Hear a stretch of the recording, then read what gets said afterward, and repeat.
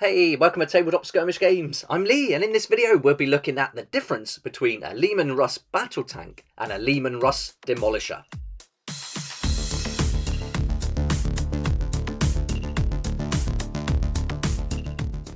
When you go to buy a LEMAN RUSS tank, you can choose between the battle tank or the Demolisher.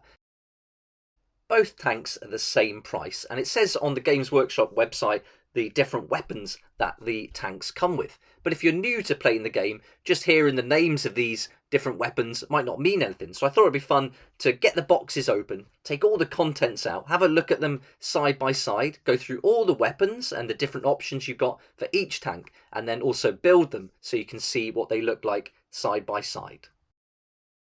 Right, let's get started. So here we go. Throughout the video, I'll make sure the battle tank is on the left-hand side and the Demolisher on the right. You get a really nice image of each tank on the front. You can see the battle tank has got the tank commander, the Demolisher doesn't, but that doesn't mean it's not included in the box. So we'll have a look at all those contents now. Both tanks will get the tank transfer sheet. So whichever one you choose, you're going to get this transfer sheet here. And so we'll get rid of those now. If you want to have a closer look, you can see these in all the unboxing videos I've done for the Astra Militarum.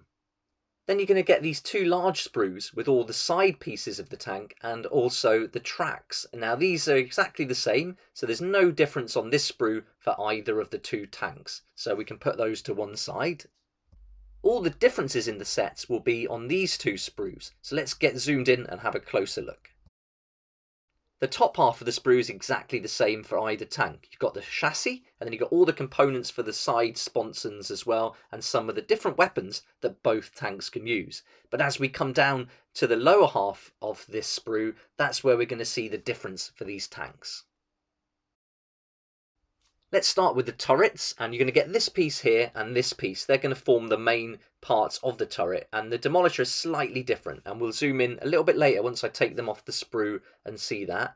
We've got the exhausts here for both. They're the same, so you're not going to get any difference with those. And then we've got the panels that you add to the side of the turret and some other components for the tank commander. So this is a little bit different in the layout, but the tank commander is the same, and so are those side panels. But now we're going to start seeing some different weapons here. So on the battle tank, we've got a different setup for how the weapons are put together. And you can see there's going to be 4 different weapon types all together. As we move over to the Demolisher, you'll see the layout's different for the weapon section. And so you're going to get a different way of putting these together and how they go on the tank. Now, I think these are going to be easier to magnetize, which we'll be doing in another video. But you can see you've got 3 different weapon options for the Demolisher. Let's have a look at the instruction books before we start taking the sprues apart. And so we've got the battle tank in this older version and the newer colour version for the Demolisher. But the instructions are the same, except there's a better layout and much more clearer in the Demolisher on the right. And the Demolisher also takes a few more pages to show you how to put it together. So you can see here, you've got just 2 sections to do that part. And here you've got a full page with a nice clear image at the bottom. Same goes for when we put the exhausts on and that back piece. And that's going to continue throughout the book. The sponsons are a lot more condensed on the battle tank than they are on the Demolisher instructions. So if you want clearer instructions with more steps, then the Demolisher is going to be the one to go for. So most of the instruction books are going to be the same, but once you get to the different weapon options, that's where it's going to change up slightly. So it's quite condensed again on the battle tank, but you've got more laid out instructions for the Demolisher. And here it shows you where to put all the extra things like the smoke launchers and things like that. And for the final part of the instruction book, you're going to get the data sheets with the Demolisher having the more up-to-date layout. Now we've looked at the book and the sprues, let's get these tanks built and have a good look at them next to each other. And here we go. So we've got the battle tank and Demolisher fully built, and I've laid out all the sponson weapons here for you to have a look at. You'll notice that these are exactly the same for both tanks. You're going to get the heavy flamer, plasma cannon, heavy bolter, multi-melters as well. So you're going to get 2 of each, 1 for each sponson. And then in the centre you've got the las cannon or heavy bolter, smoke launchers and the spotlight.